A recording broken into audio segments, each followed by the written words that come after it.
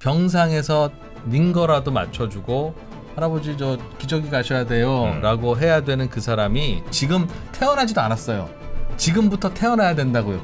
내가 90세에 갈 때 내 병상에서 나를 조금이라도 간호해 줄 사람은 곧 태어나야 된다는데 그 사람이 굉장히 적게 태어나면 그 말씀대로라면 0.7대로 있는 출산율이 한 3, 4로 올라가면 돼요. 근데 그럴 가능성은 없잖아요, 현실적으로. 그러면 올려봐야 0.78에서 0.89 혹은 뭐 1.0 이 정도 갈 거라고요. 그런다고 해서 야 그럼 이제 우리가 마음 놓고 좀 더 늙어도 되겠다? 절대 안 된다는 거죠. 근데 그 0.7에서 1명까지 올리는데 그 어마어마한 비용 들이느니 차라리 그 비용을 지금부터 열심히 여기저기 투자하든지. 우리는 어차피 글렀으니 내가 죽을 때 무렵에는 어차피 이 출산율이 셋따블이 나지 않는 한 나는 어차피 슬프게 가게 생겼으니 어차피 끝났어. 내 대에 안 될 거니까 이런 쓸데없는 노력은 하지 말자. 이런 생각을 가지면 어떡합니까? 경제의 신들을 모시고 그분들의 깊은 인사이트를 들어보는 신과 함께 오늘도 시작하겠습니다. 네. 우리나라를 다른 나라와 비교할 때 항상 우리가 이제 일본 얘기를 참 많이 하지 않습니까? 일본의 뭐 20년 전이다 이런 얘기를 되게 많이 하는데 그리고 밖에 여행 나가면 너 중국이냐? 뭐 이렇게 물어보고 뭐 그러기도 하고요. 그런데 우리나라가 지금 가고 있는 길이 어쩌면 일본이 아니라 다른 나라일 수 있다. 이탈리아라고. 이탈리아. 사실 이제 생각해 보면 일본이랑 우리는 안 닮은 부분도 사실 많긴 하거든요. 뭐 그렇죠. 예. 그래서 더 어쩌면 닮아 있을지 모를 이탈리아 이야기. 이번에 책까지 쓰신 이탈리아로 가는 길의 저자 조귀동 작가님 모시고 도대체 우리가 왜 이탈리아를 지금 가고 있는 건지 한번 여쭤보도록 하겠습니다. 그러니까 이탈리아로 가면 좋은 건지 뭐 나쁜 건지 그것조차도 모르겠어요. 지금 이탈리아는 좋은 기억들이 꽤 있는데. 자, 조귀동 작가님 어서 오십시오. 네, 안녕하십니까. 네, 반갑습니다. 우리가 이대로 가다가는 이탈리아가 된다. 이제 그 말인데 우리가 뭐야? 이탈리아? 이런 느낌이 아니라 이탈리아는 그래? 그래요? 이탈리아 되게 청년실 엄청 심하지 않아요? 거기? 그런 면에서 일단은 뭐 날씨 좋고 음식 맛있고 그건 못 따라가겠지. 뭐 다들 잘생기고 예쁘고 뭐 옷 잘 입고 이탈리아로 가는 길이라는 이 제목은 어떤 의미로 쓰신 겁니까? 저는 이제 한국이란 나라가 이제 선진국이 됐다고 다들 공감하시지 않습니까? 네. 한 2010년대 이후에는 상식처럼 된 것 같은데 그렇다면 이제 어떤 선진국이 되었나? 이 질문을 던져봐야 될 때라고 생각을 했고요. 그래서 우리가 어디로 가는 건가? 그러니까 분명히 한국 사람들이 보통은 이제 미국을 많이 염두에 두고 사회 모델에서는 좀 진보적인 분들은 우리는 그래도 스웨덴처럼 가야 되지 않을까 이런 국가로. 생각도 하시고 하지만은 다들 생각 어딘가에는 한국이 규모도 크고 수출 지향력 공업하고 뭔가 영향력도 있으니까 약간 사이즈 작은 독일 정도 되지 않을까? 방향성은 되게 한 이 정도로 생각하셨는데 일본 생각 많이 하지 않아요? 이제 일본은 많이 생각해서 많이 없어지는 그래요? 이제 다들 사회 모델의 관점에서 그러니까 예전 같으면은 일본에서 한 10년이나 20년 그걸 우리가 추격하는 뒤에 우리가 간다 이런 게 거의 특히 내수업종의 트렌드에서는 상당수가 진리였는데 이제 그 부분에서도 이제 말이 많이 없어지는 거잖아요. 일본과 우리가 다른 길을 가고 있다. 어떤 면에서 그래요? 일단 일본은 좀 아닌 것 같아요. 이 얘기부터 좀 간단하게 짚고 그럼 이탈리아인가를 넘어가 보면 좋을 것 같은데 우리는 여전히 그냥 일본 따라가는 거 아니야? 뭐 인구 구조도 그렇고 산업 구조도 그렇고 그렇게 생각하고 있는 것 같은데요. 일단 뭐 정치 체제를 따지고 보면은 한국이 일본보다 훨씬 더 다이내믹하고요. 뭐 사회 체제도 마찬가지고 그리고 노동 시장이나 고용 관행을 따져봐도 일본식의 종신 고용 관행이라든가 아니면은 일본처럼 억지로라기보다는 국가나 사회가 압력을 해서 임금을 억누르는 그런 형태가 불가능한 사회 아닙니까? 그리고 수출 지향형 공업화도 계속 되고 있고요.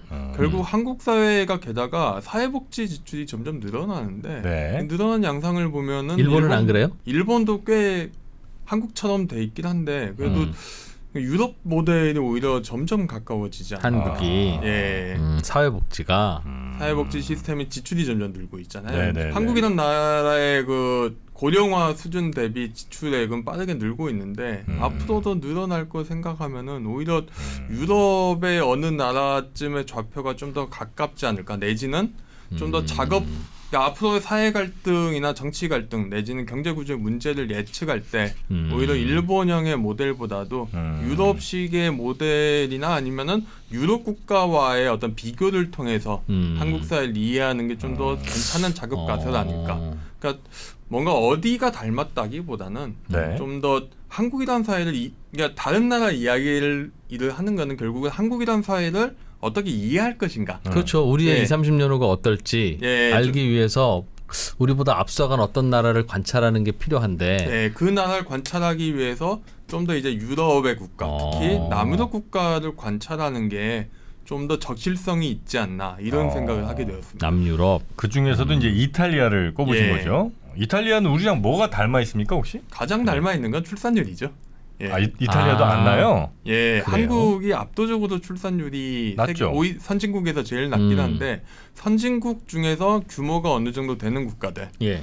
이런 나라들을 비교해 보면은 그 다음이 이탈리아, 스페인, 그리스 이런 남유럽 국가들이 그래요? 선두에 서 아이를 있습니다. 거의 좀 날 것 같은데 안 거기는 나요? 살기 좋고 기분 뭐 좋은데 왜 그래? 우리야 뭐 여러 가지 고민도 많고 그렇지만 그러니까 결국 저출산이라는 게 네. 사회 그러니까 굉장히 시간이 길게 소요되는 돈과 시간이 많이 투입되는 내구재인데 네. 약간 극단적으로 이야기해 보면은 네. 그 시간 지박적이고 어떤 그 시간 지박적인 내구 소비재 소비가 굉장히 줄 때 왜 그런 걸 따져보면 결국 사회나 경제 시스템을 따져봐야 되는 거고 예. 그 부분에서 이탈리아 사회가 공통점이 있지 않나 생각을 합니다. 네, 뭐 네. 여러 가지 공통점이 따져보면 있는데요.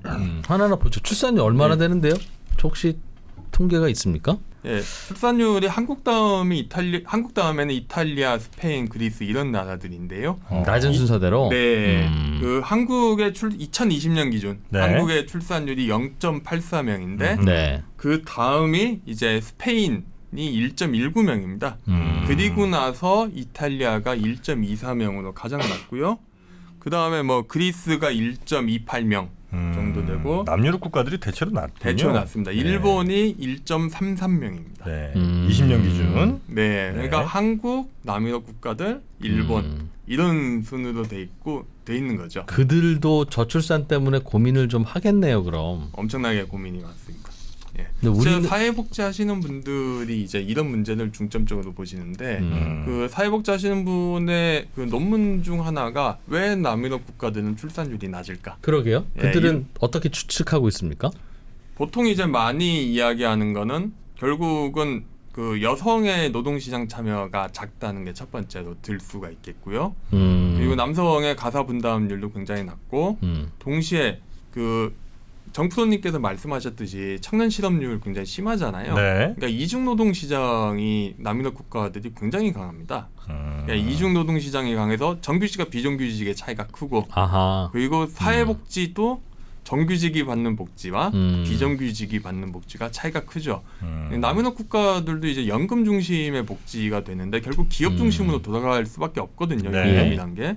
게다가 그 나라들도 공동주택 거주, 그 아파트 거주 비율이 굉장히 높아요. 그러니까 한국 못지않은 아파트 중심 사회입니다.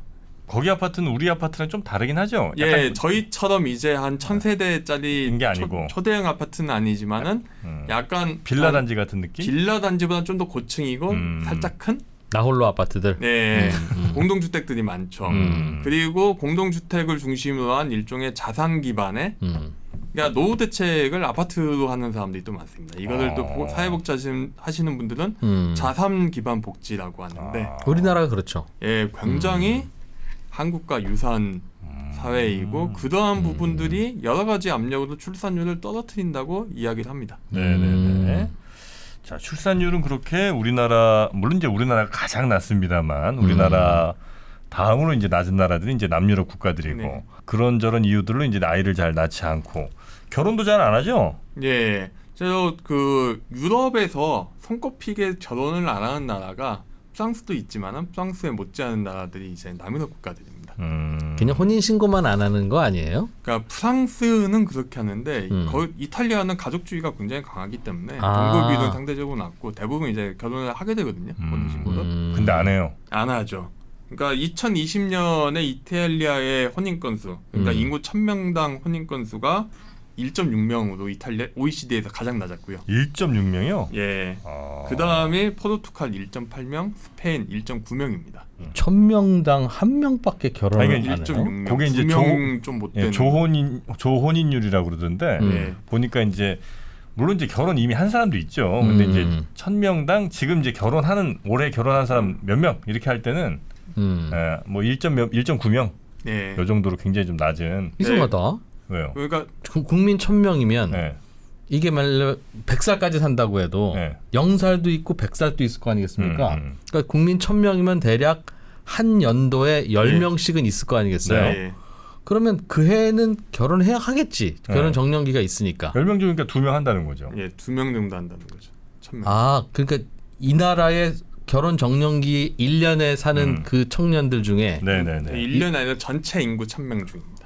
와. 그러니까 고령화 영향을 생각해도 끔찍하게 안 하는 거고 한국의 경우가 2020년에 4.2명이었고 2021년에 3.8명입니다. 근데 한국은 상대적으로 좀 고령화 정도가 덜 진전되어서 이게 비율이 낮아 보이지 한국의 조혼인율이 2018년만 해도 5명이었거든요. 이해돼요. 그 저기에는 노인들이 많으니까 네. 이제 결혼할 나이가 아닌 분들이 더 많고 네. 젊은 층 자체가 많지 않으면 1000명 중에 결혼하는 숫자가 적을 수 있겠네요. 야, 네. 그래도 저기는 낭만의 나라인데 그냥 그렇게 썸 잘 탈 것 같은 젊은이들이 결혼 안 하네. 연애만 하고 결혼 안 하는 거죠. 예. 그만큼 뭐 미래가 좀 불투명하고 하니까 더 안 하겠죠, 뭐. 예, 거의 그래서. 한국과 비슷한 이유로 안 한다고 보시면 될 것 같습니다. 그러면 결혼도 비슷하네. 안 해, 혼인도 안 해. 그럼 이제 한 사람당 생산해내는 뭐 효율성이라고 그럴까요? 뭐 노동 생산성 이런 것들이 이제 높아지면 다행인데 그것도 안 높아지면 이제 국가가 이제 밑으로 이제 꼬라박는 거 아니겠습니까? 예. 그 피터 자이안이라고 미국의 지정학 전략가가 작년에 이거 인구 문제를 다룬 책을 썼는데 거기 책에서 그 선진국이 2020년대 겪을 문제는 인구 문제를 이야기를 합니다. 그러니까 왜 자이안은 왜 미국이 계속 강해질 수밖에 없는가 이야기를 하면서 왜 미국 외 다른 세계가 곤란해질 수밖에 없는 가장 큰 이유가 인구 문제를 이야기하는데 인구 문제로 곤란을 겪을 대표적인 나라로 이탈리아를 거론해요. 아, 피터 자이안이 직접. 예. 이탈리아의 50년, 95년, 20년 그리고 40년 전망치의 인구 피라미드를 그리면서. 네. 근데 재밌는 게 피터 자이안이 이탈리아 못지않게 인구 때문에 곤란을 겪은 나라들을 몇 군데 소개를 하는데 대표적으로 거기에 한국이 끼어 있습니다. 뭐 그렇겠죠. 있겠죠. 예. 뭐 우리 대표적으로 안 나오니까. 고령화되는 그러니까 나라니까. 그 고령화가 인구 문제가 결국은 굉장한 경제 문제를 안기는 게 첫 번째가 될 거고요. 예. 두 번째 이탈리아가 갖고 있는 가장 큰 문제는 사실은 생산성의 문제인데 이 한국도 좀 비슷할 거예요. 그 제가 지금 보여드린 편은 2018년에 파이낸셜 타임즈의 이탈리아 경제를 다룬 그 표인데 네. 그 이탈리아 경제가 문제를 겪는 문제 근본적인 원인이 재정 문제가 아니라 결국은 생산성이 굉장히 낮기 때문이다. 이탈리아 좀 떨어져요? 네, 이탈리아의 생산성이 다른 유럽 국가보다 떨어지는데 여기서 떨어지는 건 대기업은 그래도 경쟁력이 꽤 있어요. 네. 다른 다른 유럽 국가들에 비해서. 하지만은 10인 미만의 소기업의 생산성은 굉장히 떨어집니다. 그러니까 한국하고 되게 비슷한 양상이죠. 한국도 삼성전자, 현대차 이런 대기업은 굉장히 잘 나가고 글로벌 경쟁력이 있는 반면에 나머지 소기업은 뒤떨어져 있잖아요. 실제로. 비슷한 현상이 나타나고 이 문제가 결국 노동시장에 영향을 미치고 소득 분배에 영향을 미치고 청년 고용의 문제에 영향을 미치게 됩니다. 이게 이탈리아 저는 이런 측면에서 이게 이런 문제들은 사실 일본의 경우는 많이 덜한 문제들이 있잖아요. 특히 소기업 경쟁력의 문제들은 거기는 강소기업들이 많아서 그리고 대기업과의 임금차가 적은데 근데 이탈리아 같은 경우도 소기업이 많고 뭐 중소기업들이 경제를 많이 이끌어간다 그러지만은 이탈리아 경제 실상을 좀 뜯어놓고 보면은 생산성이 꽤 낮은 그런 문제들에 있어서 한국과 꽤 공통점이 많은 사회인 거죠. 우리가 생산성, 노동 생산성이 낮다고 하면 그냥 어감으로는 근로자들이 일 잘 안 해? 게을러? 뭐 이런 느낌인데 그렇다는 뜻입니까? 아니면 노동 생산성이 낮다는 게 무슨 의미예요, 구체적으로? 노동 생산성이라는 거는 결국은 기업이 부가가치를 더 많이 못 만든다는 의미고요. 작은 기업일수록 돈 못 번다? 예, 더 돈을 못 버는 구조. 이익이 적게 나고 저부가가치에 하루 종일 땀은 흘리는데 네, 그런 제품을 만들어낸다는 거죠. 주로 어떤 산업들이 이탈리아는 뭐 주력 산업들이에요? 관광은 많이 할 것 같고 관광. 이탈리아가 꽤 제조업 비중이 높습니다. 명품 많이 만들고. 예. 명품 그 자식들 그냥 씨 해가지고 대충 만드는데도 뭐 디자인 이쁘다고 막 50배 100배씩 받고. 예, 그런 것 이탈리아가 수출 지향형 공업화로 빠르게 경제 성장했던 나라거든요. 네. 50년대 60년대 보면은. 그래서 21년도 제조업 부가가치액을 보면은 중국, 미국, 일본, 독일, 한국, 인도 다음에 나오는 나라가 이탈리아예요. 네. 예. 그 한국의 제조업 부가가치가 4,600억 달러 정도 되는데 네. 이탈리아가 3,200억 달러 정도 됩니다. 전 세계에서 제조업으로 돈 버는 나라들 순위를 쭉 그냥 적어놓은 거네요, 저게. 예. 그리고 수출 GDP 대비 비율도 15%라 뭐 프랑스가 9%, 영국이 8.7%였는데 유럽 국가들에 비해서 굉장히 높아요. 우리나라랑 진짜 산업 구조 비슷하네요. 예. 그리고 이탈리아의 주력 산업들은 일단은 자동차, 기계, 그다음에 뭐 경공업 제품들인 섬유나 가죽, 네. 석유화 이런 산업들입니다. 결국은 약간의 구산업들, 네. IT 비중이 좀 낮죠. 대신 이탈리아는 한국하고 비교해가지고는 그러니까 구산업들이 꽤 범용 제품을 만들고 좀 더 저부가가치이고 좀 하이엔드 시장에 진출하기가 더 어려운 제품들이 꽤 있다는 거죠. 자동차 브랜드 뭐 있죠, 이탈리아? 람보르기니, 그거는 페라리, 피아트가 피아트. 있죠. 아, 피아트. 네. 람보르기니, 페라리 다 이탈리아 거죠? 예. 네.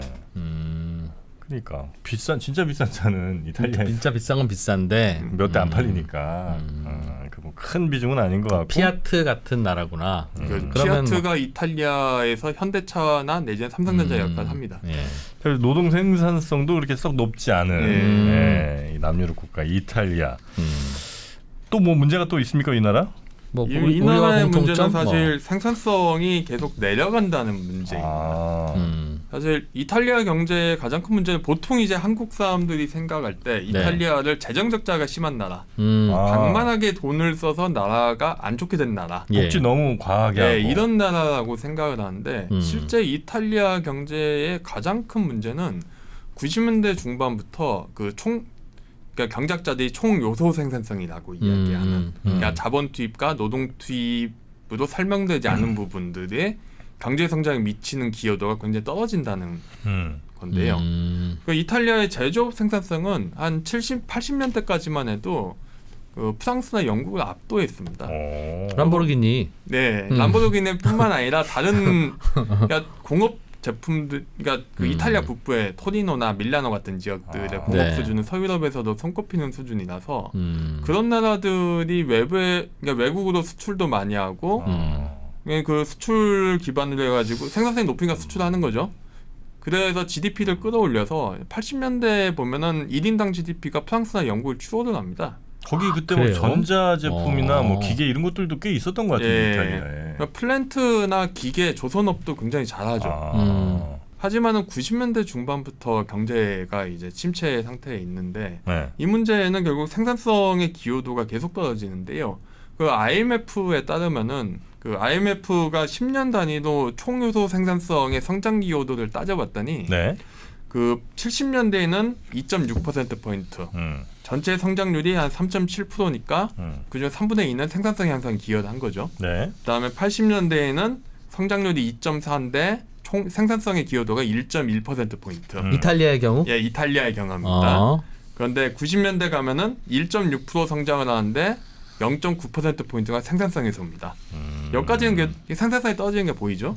그런데 2000년대 가면은 성장률이 0.4%밖에 안 되는데 총 요소 생산성의 기여도가 마이너스 0.4%포인트예요. 자본이나 노동을 투입했는데도 효율성이 엄청나게 떨어지는 10을 더 투입했는데 9밖에 더 안 나오거나 네. 8만 더 나오거나 그렇다는 얘기네요. 네. 근데 결국은 이 문제는 뭐 기업이 잘못했다 문제보다도 산업 구조가 낙후돼 있다. 내지는 뭐 IT에 투자를 안 해서 첨단 산업 이행을 못한다. 교육 투자가 안 된다. 뭐 여러 가지 결국은 체제 개혁이 제대로 되지 않는 문제들. 그러니까 생산성이 낮으니까 재정 여력이 낮고 재정 여력이 낮으니까 가뜩이나 재정 구조가 방만한데 그 구조가 계속 유지가 되면서 악순환이 계속되는 거죠. 네네. 자, 이탈리아 경제의 가장 큰 문제 중 하나는 낮은 교육의 질입니다. 교육의 질이 낮아요? 예, 유럽에서도 손꼽히게 교육의 질이 낮아요. 그러니까 진학률이 떨어진다는 겁니까? 진학률도 떨어지고 문해율도 떨어지고 뭔가 인적 자본의 수준을 측정한 여러 가지 지표들 대표적인 게 이제 그 고급 문해력들인데 이런 것들이 유럽 국가보다 낮다고 많이 이야기를 합니다. 그런 이제 문제들이 우리나라도 그렇고 이제 이탈리아도 굉장히 심한 그런 상황에 지금 이제 놓여져 있다. 젊은이들의 생산성이 네. 특히 떨어지고 사회 참여 잘 안 하려고 하고. 그럼 뭐 이대로 그냥 놔두고 갑니까? 아니면 뭐 뭔가 이렇게 방법이 좀 있어 보입니까? 그리고 정부의 어떤 제도라든가 정부의 재정 지출을 어떻게 바꾼다든가 아니면 사회복지 제도를 뭔가 손질한다든가 내지는 기업과 관련된 규제들 가령 노동시장 개혁이 대표적이죠. 노동시장 개혁 같은 거를 좀 적극적으로 추진해야 되는 상황이 이제 한국이 됐다고 생각을 하는데요. 우리도 그렇고 예, 이탈리아도 아마 그럴 이탈리아도 텐데. 그렇죠. 노동시장 개혁이라는 건 구체적으로 뭘 어떻게 하는 걸 말합니까? 가장 대표적으로 이야기하는 건 옛날부터 이야기하는 정규직과 비정규직의 구분선을 없애는 것들. 그러니까 결국은 연공급제, 대기업의 연공급제를 없애고 좀 더 그 젊은이들이 직업사다리라고 하죠. 잡리더 좀 더 중소기업에서 시작해서 내지는 비정규직에서 시작해서 대기업 정규직으로 올라갈 수 있는 전 근로자의 비정규직화? 비정규직화라기보다는 좀 중규직화 정도? 그러니까 정규직과 네. 비정규직이 있는데 이거를 이 구별을 없애자는 게 노동개혁이라면서요. 네. 그럼 다 정규직으로 만들든 다 비정규직으로 만들든 둘 중에 하나잖아요. 그런데 그렇게 정규직과 비정규직으로 하나는 아예 거의 모든 측면에서 노동 보호가 되잖아요. 정규직은 고용 네. 보호가 되고 예. 그건 힘들 한쪽은 거고. 거의 모든 영역에서 보호가 되지 않는 그런 형태로 해가지고 약간 이진법적인 노동시장에서 중간에 다양한 층위를 만들자는 이야기죠. 결국은. 근데 그게 정부가 만들 수 있나요? 예를 들어 기업들이 뭐 이런저런 이유로 이런저런 노동시장을 만드는 건 오케이 뭐 그럴 수 있겠으나 이게 정부가 야 이렇게 해서 이런 일자리 좀 만들자 아니면 이런 정도 대우를 해주는 일자리를 만들자고 강제할 수는 없을 거 아니에요. 할 수 있나? 하지만 노동법 체계가 굉장히 좀 규율이 강하고 예. 노동법이나 노동 관행은 이제 기업과 협의해가지고 정규직에 대한 바꿀 수 있기 때문에 보호를 규정하고 있는 노동법을 좀 바꿔서 보호 안 하도록 만들면 그 경계선은 허물어지는데 근데 그렇게 되면 다 비정규직 되는 거죠. 그래서 제가 그렇게 표현한 건데. 대신 이제 비정규직에 대한 보호선을 올려줘야죠. 비정규직은 가령 그 우리 직원이 아닌 직원이 비정규직인 건데 언제든지 그만둘 수 있는. 가령 동일 직무 같은 경우는 동일 임금을 지급하도록 한다든가 아니면은 뭔가 호봉제를 없애는 대신에 네. 아래 호봉에 있는 사람들의 임금을 자연스럽게 올려준다든가 내지는 뭔가 호봉급 대신에 네. 아예 직무 숙련에 따라서 그 돈을 주도록 하는 방법도 있습니다. 네. 그러니까 가령 그게 건설 현장에 가면 그게 정확히 구현되고 있는 장면이죠. 20살 목수나 60살 목수나 그냥 일당 똑같고 잘 만들면 더 많이 주고. 굉장히 평등하군요 거기는. 그러니까 그렇게 가자는 거죠. 그렇게. 그게 결국은 표현하자면 전 근로자의 비정규직화죠. 근데 이제 우리도 이탈리아도 아마 비슷할 텐데 점점 이제 어쨌든 그런 걸 만들려면 그걸 강력하게 추진할 정치 세력들이 이제 탄생해야 되는 거잖아요. 근데 그 정치 세력을 탄생하려면 결국 투표로 가능한 건데 투표에서는 특히 이제 아마 남유럽 같은 경우는 그 포퓰리즘 뭐 그리스나 이탈리아나 아마 그렇다고 제가 들은 것 같은데 포퓰리즘 정치인들이 이제 많이 등장하지 않습니까? 일단 당장 표를 받으니까 막 뭘 해준다고 약속은 하고 근데 또 막상 잡으면 그게 되나 안 되면 이제 말만 하고 이제 안 지키는 이런 사람들이 저 총선 대선 뭐 이럴 때마다 나타나게 되는 상황을 이탈리아나 어쩌면 우리도 이제 가고 있는 거 아닌가 그리고 그걸 이제 판단할 만한 젊은 분들이 점점 줄어가는 건 아닌가 하는 걱정을 또 하게 됩니다. 포퓰리즘 정치라는 게 크게 두 가지에서 이제 유럽에서 이제 유행을 하게 된 배경이 있는데요. 네. 첫 번째는 이제 기존 정치 세력들이 포용을 하지 못하는 소외된 사람들이 많이 늘어난다는 있죠. 네. 대표적인 게 영국의 브렉시트 네. 이야기도 있고 프랑스 같은 경우도 2022년 대선 때 마크롱과 르펜의 지지 지역을 따지고 보면은 마크롱 지지 지역은 대부분 부유한 대도시입니다. 하지만 르펜 지지 지역은 프랑스에서도 상당히 못 사는 지역들, 농어촌, 중소도시예요. 예. 결국은 빈부격 불평등의 확대가 포퓰리즘의 토양이 되는 거고요. 이탈리아도 마찬가지입니다. 이탈리아의 경우도 마찬가지고 두 번째는 그 포퓰리즘 정치라는 게 결국 기존 정치가 제대로 기존 정치 특히 기존 정당이 제대로 일을 못하는 순간에 등장을 한다는 거죠. 예. 그러니까 이탈리아 같은 경우에 포퓰리즘 정치의 가장 기본 그 시작을 알렸던 게 베를루스코니 전 총리인데요. 네. 베를루스코니 총리가 94년도에 등장을 하는데 네. 당시 이탈리아 정치 정당들이 주요 정당들 기독교 민주당이나 사회당들이 폭삭 망했던 게 부패 수사 때문이라고 흔히 이야기는 하는데 마니플리테라고 이야기하는 부패 수사 그 이전부터 지지율이 계속 내려가고 있었거든요. 기존 정치 세력들이 네, 그냥 더 이상 이제 카톨릭에 기반한 기민당이라든가 뭐 어떤 조직 노동에 기반한 공산당이라든가 여기서 이탈리아 공산당은 뭐 독일의 3인당 같은 역할을 해왔던 건데 그런 정당들이 불신을 받는 상황에서 우파 정당이 대규모 수사를 받으니까 아예 다 새로운 정치 세력으로 몰려간 거죠. 그러면서 베를루스코니뿐만 아니라 이탈리아 보면 재밌는 게 북부 분리주의 세력도 북부 동맹이라고 하는 우리도 치면 이제 수도권 사람들만 수도권에 있는 돈을 왜 지방에 내려보내야 되느냐 이런 이데올로기죠. 우리로 치면은 내지는 이탈리아 남부 가나안 남부에 주로 기반하고 있는 네오파시스트 세력들 이런 세력들이 베를루스코니하고 거의 비슷하게 의석을 먹습니다. 세 정당 모두 다 3분의 1씩 의석을 갖고 와요. 이러면서 포퓰리즘 정당들의 각축전이 벌어지게 되는데 결국은 기존 정당의 지지 기반이 무너지거나 제대로 정치를 할 수 없는 대중정치 기반이 없어지고 두 번째로 어떤 정치에서 소외된 사람들이 굉장히 많이 생겼을 때 포퓰리즘 정당이 터져 나오는 거죠. 그런데 포퓰리즘 정당이라는 게 딱히 경제 정책에 대한 안정성이 되게 쉽지가 않은 게 대표적인 게 포퓰리즘 정당의 기본적인 정책 중 하나가 이탈리아 같은 경우는 어떤 오성 운동이 이야기하는 어떤 기본소득 같은 것들 네. 굉장히 좀 하기 힘들죠. 내지는 트럼프 류의 세력이 이야기하는 어떤 미국 우월주의나 백인 노동계급의 구매에 맞는 일종의 경제정책 안정적인 경제정책보다도 특정한 세력에 대한 공격들, 예, 포퓰리즘 세력이 언제나 적을 만들어내는 정치이기 때문에 그런 정치를 하면서 점점 경제 개혁을 하기 힘들어지는 악순환에 좀 빠져들고 있다고 생각합니다. 그러니까 미국의 근로자들 중에 이제 트럼프의 지지를 보내고 열광하는 백인 블루 칼라 들이 우리가 이제 객관적으로 냉정하게 보면 한국인이 일하는 것만큼 제대로 일 안 하고 월급은 많이 받고 그러니까 그 친구들이 만드는 자동차는 비싸고 그러니까 일 더 열심히 하는 중국인이 한국인이 이런 나라로 이제 일감이 몰리고 그러다 보니 자기들이 못 살게 된 거잖아요. 그러면 일을 더 열심히 해야지.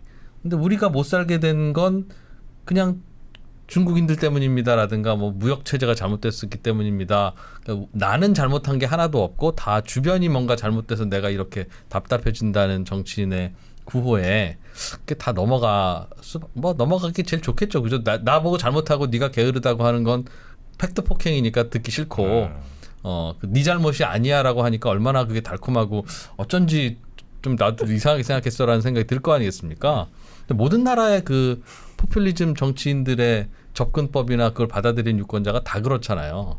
비슷한 양상이죠. 어떡하죠? 그러면 팩트를 안 받아들이고 남의 탓을 하기 시작하면 뭔가 저는 건설적인 정치 세력들이 나오는 게 중요하다고. 근데 그들이 선택을 못 받잖아요. 그러니까 이게 건설적인 정치 세력들이 아닙니다. 우리가 일을 좀 더 열심히 해서 디트로이트도 이제 9 to 5는 일하면 안 되고 저 7시부터 시작해서 밤 10시까지 일해야 됩니다. 한국은 저렇게 합니다.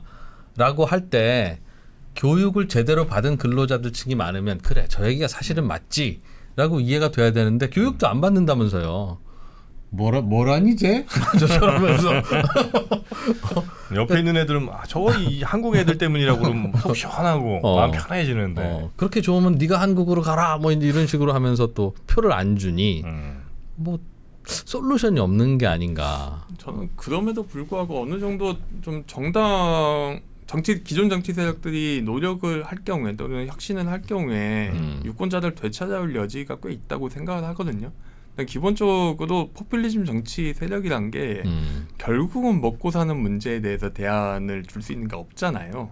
뭐 트럼프가 보호무역 한다고 해도 내지는 뭐 다 저 어떤 뉴욕이나 샌프란시스코에 있는 나쁜 엘리트들 때문에 문제가 생겼다고 주장을 해도 그걸 때려잡아도 어차피 문제 안 되는 건 똑같기 때문에 결국은 뭔가 경쟁할 수 있는 여지가 꽤 있는 거죠. 첫 번째고 두 번째로는 결국은 그 사람들이 뭐 남 탓을 하는 거긴 하지만은 그 사람들이 백인 노동계급 미국으로지만 이 사람들이 갖고 있는 뿌리 깊은 소외감이 있습니다. 그러니까 소외감을 어떻게 적절하게 정치적으로 달래줄 수 있는 예전 정치적으로 해소해 줄 수 있는 대안이 예전에는 있었거든요. 기존 정치 세력들 같은 경우에는 민주당 같은 경우가 대표적으로 그런 사람들에게 호소력이 있었던 정당이고 아니 옛날 1930년대 보면 루즈벨트 사례가 있죠.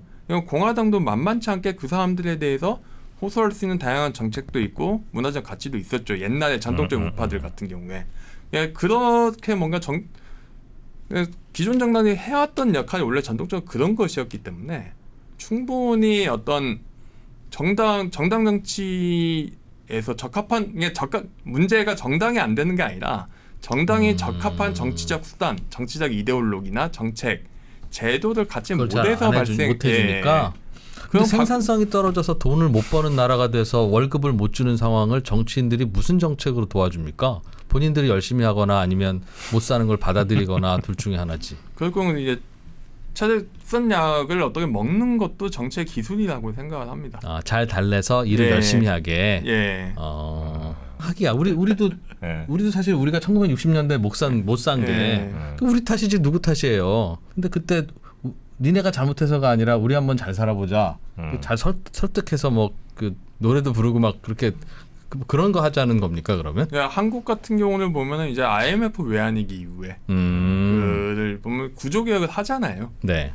결국 뭐 재벌 같은 경우는 재벌이라고 이야기하는 대기업 같은 경우도 여러 가지 규제를 해서 예전처럼 아주 막무가내로 그냥 설비 투자하지 마라 한마디로 은행돈 가지고 뭐 이런 개혁을 하고 지배체제 같은 경우 기업 지배체제 손보고 노동시장 개혁도 합니다.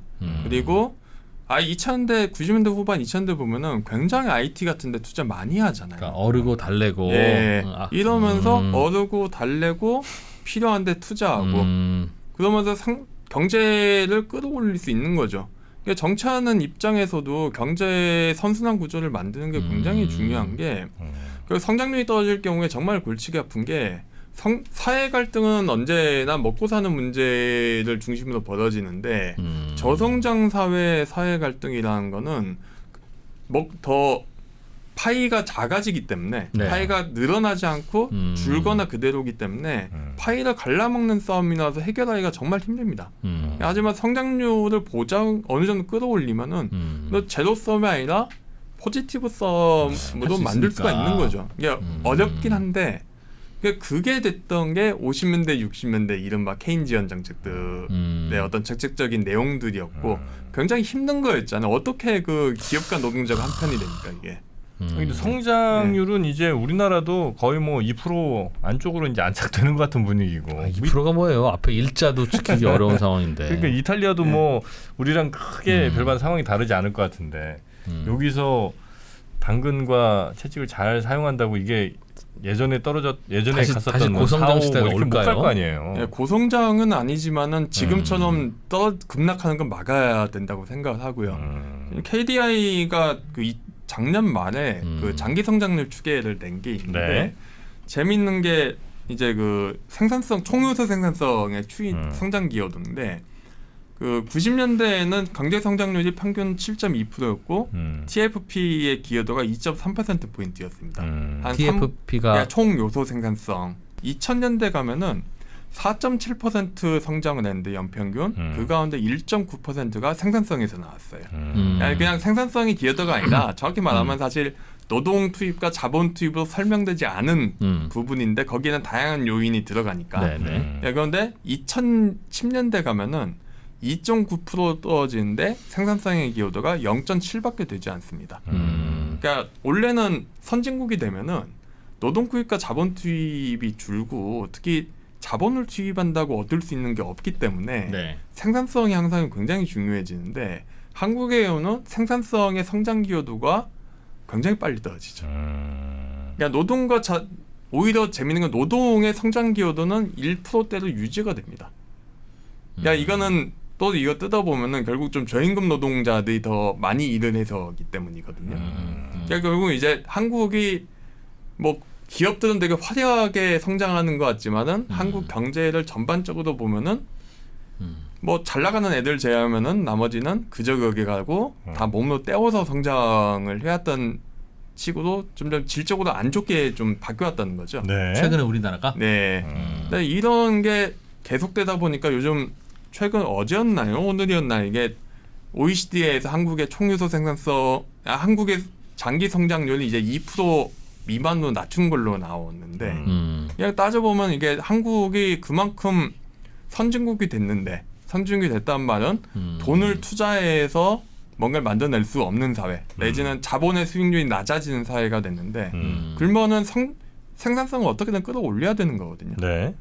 그렇게 고령화 문제가 굉장히 심각한데 노동 투입도 더 이상 안 되잖아요.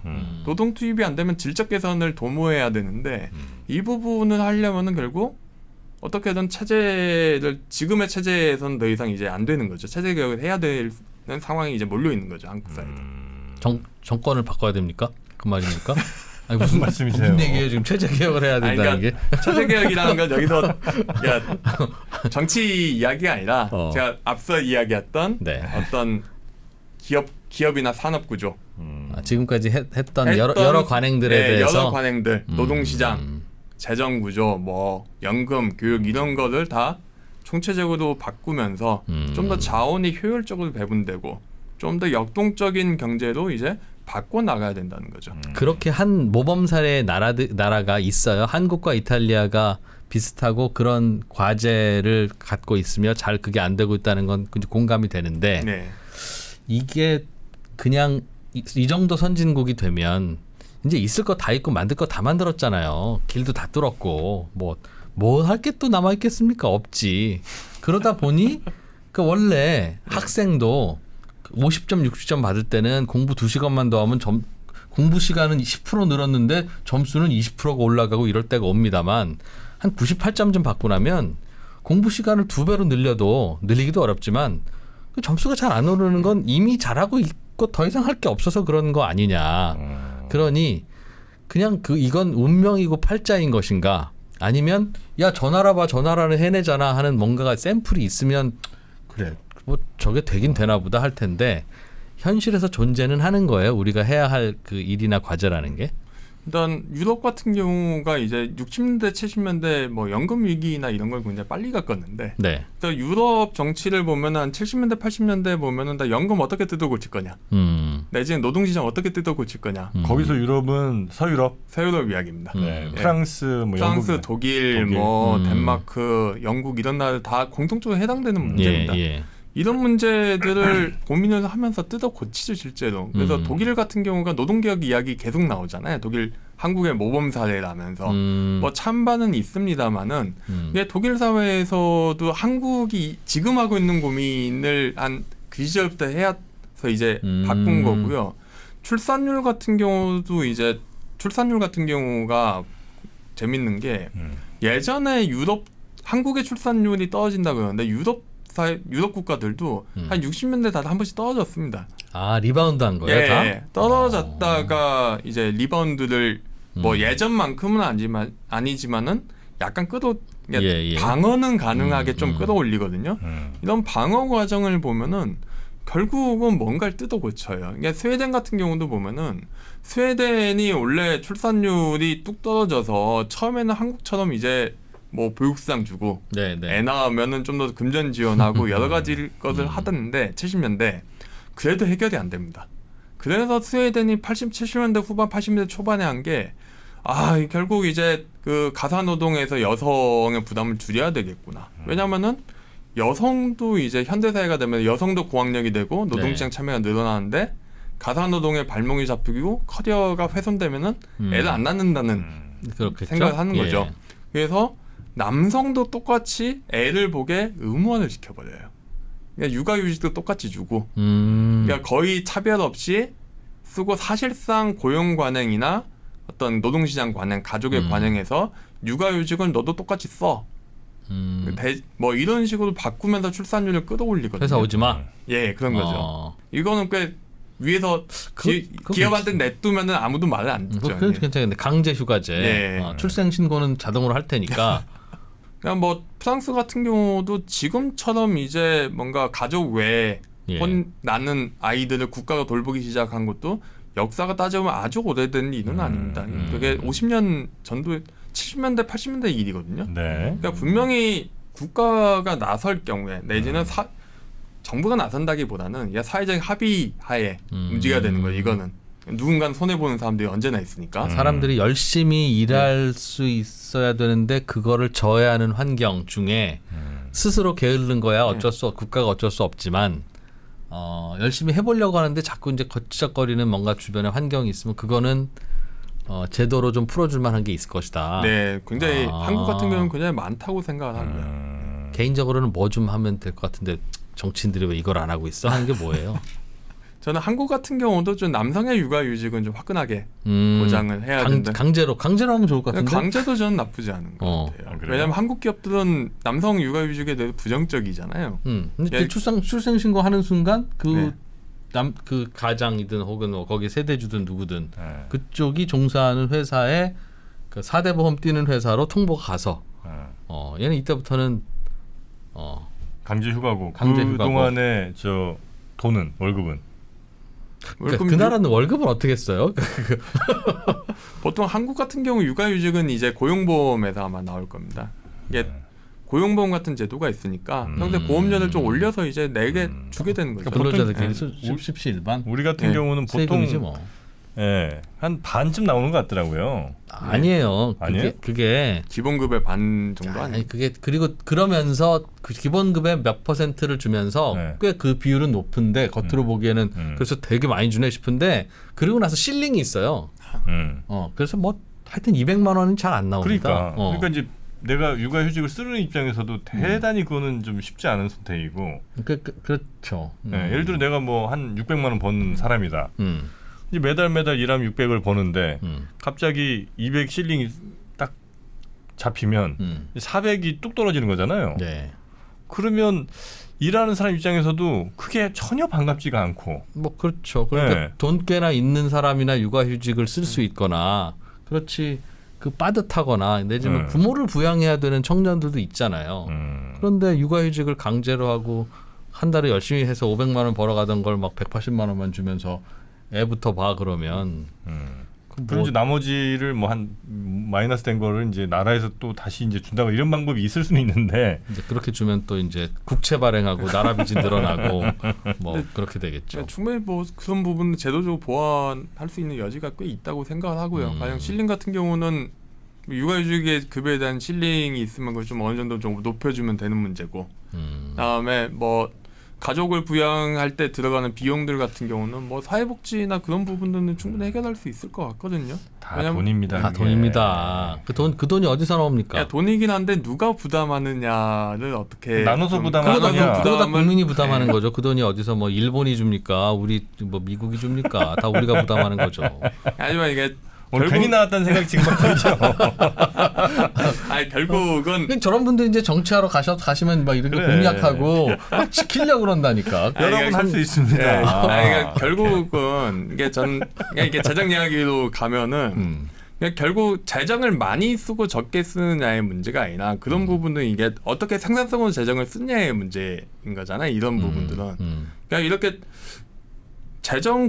그러니까 생산성으로 재정을 쓰기 위해서 결국은 사회적 합의가 필요한 거죠. 그런 부분에서 우리가 그냥 언제나 공짜 점심 없는 거잖아요. 그러니까 저출산 문제도 그냥 한국에서 저출산 문제가 해결이 안 되는 문제 중 하나가 결국 공짜 점심을 먹으려 하거나 아니면은 가장 비용이 낮은 돈도 그러지만은 정치적인 비용들.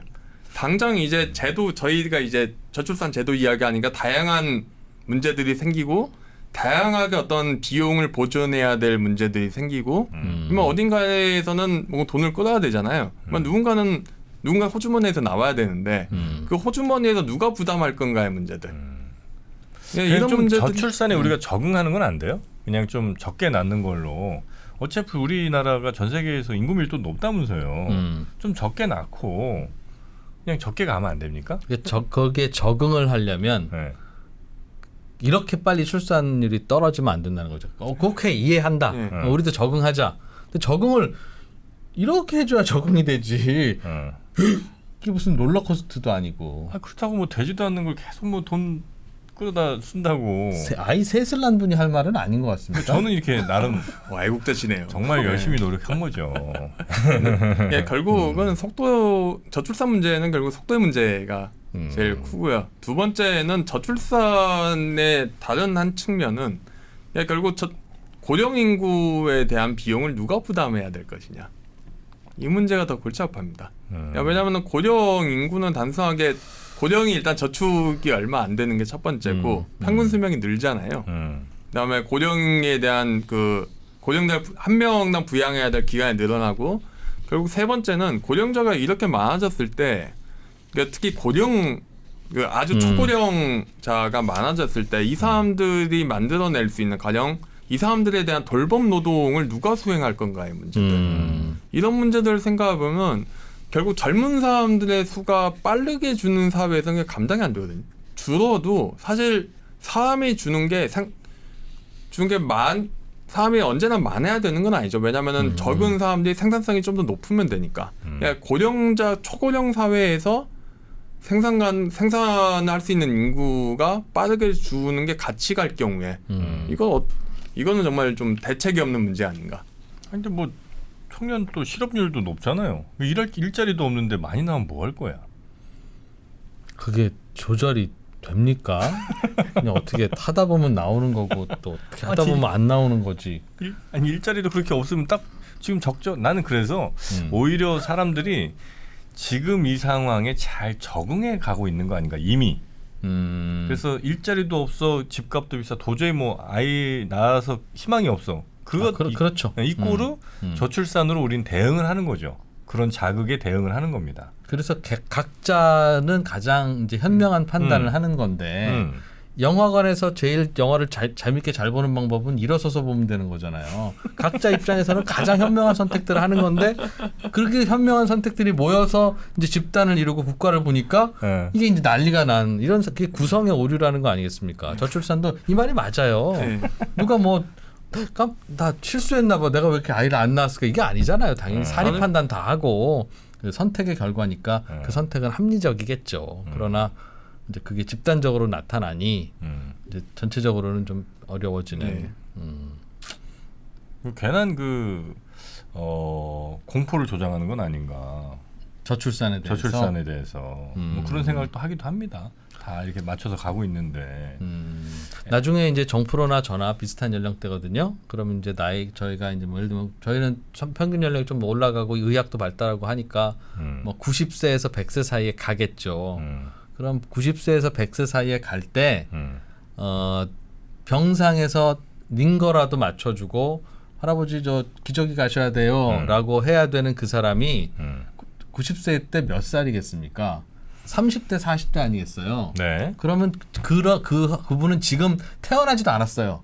지금부터 태어나야 된다고요. 그럼 내가 90세에 갈 때 내 병상에서 나를 조금이라도 간호해 줄 사람은 곧 태어나야 된다는데 그 사람이 굉장히 적게 태어나면 그 병상에서 기저귀라도 가려면 고소득자 상위 10%만 기저귀 갈아주고 나머지 90%는 자기가 갈든가 그러니까 만약에 이게 그 말씀대로라면 그래야 돼요. 0.7대로 있는 출산율이 한 3, 4로 올라가면 돼요. 근데 그럴 가능성은 없잖아요, 현실적으로. 그러면 올려봐야 0.78에서 0.89 혹은 뭐 1.0 이 정도 갈 거라고요. 그런다고 해서 야 그럼 이제 우리가 마음 놓고 좀 더 늙어도 되겠다? 절대 안 된다는 거죠. 근데 그 0.7에서 1명까지 올리는데 그 어마어마한 비용 들이느니 차라리 그 비용을 지금부터 열심히 여기저기 투자하든지 아니면 뭐 부가가치 높은 걸로 좀 더 해놔서 차라리 나중에 그걸로 보장받는 게 낫지. 그거는 우리는 어차피 글렀으니 내가 죽을 때 무렵에는 어차피 이 출산율이 셋따블이 나지 않는 한 나는 어차피 슬프게 가게 생겼으니 어차피 끝났어. 내가 끝났다고 해서 뒷일 생각하지 말고 이제는 하지 말자고 하면 안 되는 게 아니라 지금 20세 10살인 애들도 곧 90세 100세가 될 거 아닙니까? 우리는 어쩔 수 없이 이런 이상한 구조 때문에 그냥 비참하게 가더라도 지금 20살 10살 이런 애들은 나이가 들었을 때 적어도 관원은 받고 갈 수 있게 하려면 지금부터 출산율을 조금씩 높여야지 그게 되지. 내 대에 안 될 거니까 이런 쓸데없는 노력은 하지 말자. 이런 생각을 가지면 어떡합니까? 전 좀 약간 조용히 말 끼어들지 마세요. 우리 지금 얘기하고 있는데. 저도 좀 끼어볼까 했는데 누구세요? 지금 네, 빨리 들어오세요. 이제 참전하세요. 그러니까 정프로님 말씀도 맞는 말인데, 그러니까 생각을 해봐야 될 게 저출산이 될 경우에 나타날 성장률 저하락 문제를 좀 따져보면요.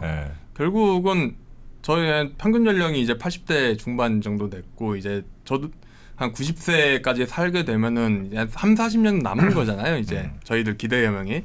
또 그럴 경우에 출산율이 떨어지게 되면 결국 성장률이 하락을 하게 되고 성장률이 하락하면 그러니까 투자에 대한 수익률도 떨어지게 됩니다. 그러니까 결국은 보면 기존에 갖고 있던 저축에 대한 수익률이 점점 떨어지기 때문에 노후 보장하기가 쉽지가 않게 되죠. 그런 문제들이 있고 고령화들이 굉장히 좀 충격이 많이 될 게 대표적인 게 그 저는 이제 고령화의 충격이 단순하게 어떤 고령 인구가 뭔가 연금 문제나 어떤 돈 문제가 아니라 노동시장에 직접적인 충격을 줄 거라고 이야기를 하는데요. 네. 왜 찰스 구다트라고 경제학자 있으시잖아요. 구타트 교수가 그런 이야기예요. 고령화의 진짜 문제는 고령화를 돌볼 사람이 필요하기 때문이다. 노동시장에서 인력을 빨아들이게 되거든요. 왜냐하면 장기 요양이라는 거는 돌봄이라는 거는 자동화도 안 되고, 그러니까 뭐 로봇을 쓴다고 해서 될 수 있는 일도 아니고, 그러니까 생산성이 굉장히 낮기 때문에 그러니까 공장에서 이게 간호 서비스를 찍어낼 수가 없잖아요. 뭔가 그렇죠. 돌봄 서비스를 찍어낼 수가 없기 때문에 사람이 일일이 붙어야 돼서 일일이 붙어야 되면 노동시장에서 사람을 빨아들이게 되죠. 실제로 일본 같은 경우가 2019년에 경제활동 인구의 3% 정도가 장기 요양 업무에 종사를 합니다. 그러니까 부모님 돌보느라고 집에 있다는 거죠. 이게 아예 고용된 사람들만. 그게 그 말이 그 말이죠. 그러니까 서로의 부모님을 돌보기 위해서 그렇죠. 내 부모는 네가 돌보고 네 부모는 내가 돌보고 이런 식으로 해서 거기에 붙잡혀 있다 보니 한국으로 치면은 이게 3%면은 2019년 기준 한 87만 명 되거든요. 근데 이게 금융업 종사자보다 훨씬 더 많아요. 그러니까 노동시장에서 이 정도로 인력을 빨아들이게 되면은 임금이 일단 올라가게 되는 게 첫 번째. 두 번째는 인플레이션이 심해지는 게 두 번째. 두 가지가 경제적으로 충격이 되고 임금이 올라가게 되면은 한국 경제 경쟁력이 그만큼 그러겠죠. 뚝 떨어지죠. 그리고 결국 이렇게 될 경우에는 이제 더 이상 뭔가 경제 전체의 생산성이 떨어지게 되는 이런 문제들이 복합적으로 발생을 하게 됩니다. 단순하게 어떤 돈을 뭔가 개인적으로 뭔가 해결책을 도모할 수 있는 영역은 꽤 저는 점점 없어질 거라고 생각합니다. 그러나 해결책은 체제를 잘 바꾸는 것 그거라는 거죠? 예, 저는 그게 가장 정석이고 체제를 바꾸자는 건 우리의 관행 중에 우리의 관행을 바꿔야 할 것 같은 거를 적극적으로 바꾸자는 거죠. 예, 그렇습니다. 경제 전체 장기적인 좀 개혁이 필요하다. 그리고 이거를 좀 더 광범위하게. 그러니까 한국 사회에서 지금 필요한 거는 네. 더 이상 한국 사회가 지금 고성장을 이끌어왔던 여러 가지 제도들이 있지 않습니까? 이런 제도들이 이제 지금 시점에 되게 적합한가? 좀 더 이제 바꿀 때가 아닌가? 이게 바꾸려면 뭘 해야 되지? 결국은 뭐 집단적인 합의나 어떤 그 집단의 합의나 토론 합의를 통해서 뭔가 새로운 관행으로 바꿔야 되는 거 아닌가? 근데 방향이 아직 우리 작가님도 뭐다 이렇게 이야기하시기가 지금 좀 어려우신 것 같은데. 뜬구름 잡고 있어요 저, 지금. 네. 저도 딱 우리도 뭐 문제라는 건 안다니까요. 네. 그러니까 이제 문제점 진단 그리고 비슷한 우리와 이탈리아의 문제 공통된 것들 이거까지는 다 좋았습니다. 우리도 가만히 있으면 이탈리아 된다. 어떻게 하자는 거냐에서는 아직 고민이. 저는 되게 이건 강론 수준에서 뭔가 다 개별적으로 이야기를 할 만한 거라고 생각을 하는데요. 네. 대표적으로 한국에서 저는 되게 지금의 시스템을 제대로 해석하지 지금의 변화들을 한국 경제의 변화를 제대로 이게 제도가 적응하지 못하는 분야가 재정이라고 생각을 합니다. 그러니까 재정을 보면 되게 재밌는 게 2010년대 이전까지 글로벌 금융위기까지는 재정 세입, 그러니까 정부 세입이 경제 성장률과 거의 비슷하게 갔어요. 경제가 너무 상식적인 5% 성장하면 세수도 5% 5% 늘어난다. 성장하든 명목으로 아니면 실제로? 명목 기준으로. 명목으로. 명목 기준으로. 5%보다 좀 더 크긴 했는데 동행성이 있었죠. 그런데 2010년 이후 시기가 가면서 동행성이 무너지게 됩니다. 네. 이야기는 산업 개별 기업과 그러니까 거시경제 간의 어떤 연결성이 떨어진다는 게 첫 번째가 있을 거고, 그 다음에 세수 구조가 특정 대기업, 정확히 말하면 호황을 맞은 대기업에 집중될 수밖에 없는 세입 구조를 갖고 있기 때문인데요. 법인세 구조가 대표적이죠. 소득세도 그러고. 이러면서 나타나는 현상 중 하나가 극심한 세입의 변동성이거든요. 그러니까 문재인 정부 때 있었던 초과세수 논란을 따지고 보면 이게 초과세수 예측보다 많이 거친 게 아니라 예측은 사실 기재부의 예측은 명목 성장률만큼 대부분 예측을 하죠. 그냥 그걸 기본선으로 깔고 그거를 아주 아득히 넘어서서 세입이 1년에 작년 대비보다 15% 늘었다든가 말도 안 되는 일이 벌어진 건데 이거를 따지고 보면은 대부분의 경우는 2018년과 2019년 세입 증가의 대부분 삼성전자하고 하이닉스로 설명이 되고요. 그러니까 수출 대기업의 실적 증가가 법인세수 그리고 대기업에 대해서 일하는 지금 근로자들 또는 임원들의 세입 그리고 그렇게 늘어난 부를 바탕으로 해서 몰리는 부동산 시장에 몰리는 자금으로 나타나는 양도소득세들 이런 것들이 초과세수보다 그냥 세입 급증이죠. 세입 급증을 만들어낸 건데 거꾸로 윤석열 정부 들어서서 이번 정부에서는 급락하게 되죠. 이게 보면 냉온탕을 극심하게 오가게 되는데 정부 대응이 되게 재밌잖아요. 지난 정부에서는 기재부의 예측을 잘못해서 돈을 들어왔으니 우린 더 쓰겠어. 이번 정부에서는 돈이 안 들어왔네? 안 쓰지? 그냥 그러면서 기존에 해왔던 사업들 다 접어버리고 상당수들. 이렇게 될 경우에 나타난 문제는 원래 이 문제를 제대로 해결하거나 내지는 정치적으로 내지는 뭔가 좀 더 관료 사회에서 적극적으로 나서던가 아니면은 좀 더 이 문제를 심도 있게 뭔가 토론해 보던가 이랬으면은 이 문제를 좀 더 스무딩하게 되는 재정 지출의 진폭을 줄여나갈 수 있는 여러 가지 기제들을 만들 수가 있거든요. 그런데 그 문제를 안 만들게 되니까 이렇게 호황일 때 돈을 더 쓰고 불황일 때 돈을 안 써버리는 문제가 생기면서 경기 진폭만 키우는 이상한 결과가 나타나게 되죠. 그러니까 이런 결과를 그 경우에 거시경제적으로도 이상한 결과가 났잖아요. 저는 지난 정부에서 부동산이 이렇게 부동산 가격이 폭발하는데 기여했던 원인 중 하나가 정부가 그만큼 가뜩이나 경기 호황에 돈이 많이 들어왔는데 정부가 그러면 돈을 그대로 써버릴 경우에 나타난 문제라고 생각하고 동시에 이번 정부 같은 경우도 돈을 써야 되는데 그러니까 올해 경제 성장률이 1.4%고 장기 성장률 2%니까 이렇게 경제 성장률 낮은 상황에서 뭐 디플레이터가 GDP 디플레이터가 마이너스 0.6이면 어마무시하게 부당인 건데 정부 재정의 성장 기여도가 분기별 성장 기여도가 1분기 마이너스 0.3% 포인트, 2분기 마이너스 0.5% 포인트입니다.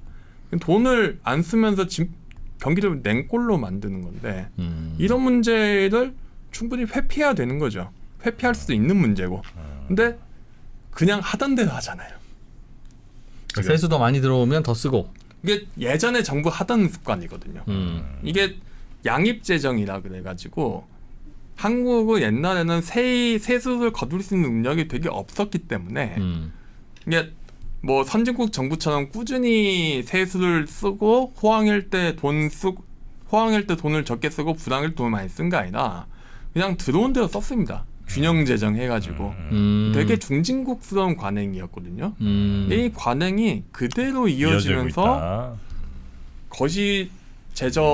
거시경제와 재정운용 사이에 마찰이라던가 트러블이 굉장히 심해지고 있는 거죠. 그런 거 하나하나 따져보면 굉장히 엄청 많다는 거군요. 네. 그래서 이런 뭐 재정이라든지 아니면 우리 시스템 체제 이런 것들 어떤 것들을 좀 어떤 방향으로 바꿔야 되는지를 아마 제시를 해주셨으니까 이 이탈리아로 가는 길 이 책 아마 우리 독자분들도 한번 읽어보시고 왜 우리가 지금 어떤 상황에 놓여져 있는지 그리고 어떤 방향으로 가야 되는지에 대한 감을 좀 잡으실 수 있게 공무원분들 혹은 또 투표하셔야 되는 분들 이런 분들도 아마 좀 읽어보시면 너무 이렇게 막 무지성적으로 이렇게 하지 않고 좀 더 현명한 선택 우리 모두를 위한 현명한 선택을 좀 하실 수 있게 도움을 좀 드렸으면 좋겠습니다. 그리고 책을 다음에 다시 업데이트 할 때는 그 괄호 열고라도 다른 소제목을 넣어서 지금 대부분의 서점에 이 책이 여행 서적 코너에 가 있습니다. 이탈리아로 가는 게 이게 뭡니까 이게?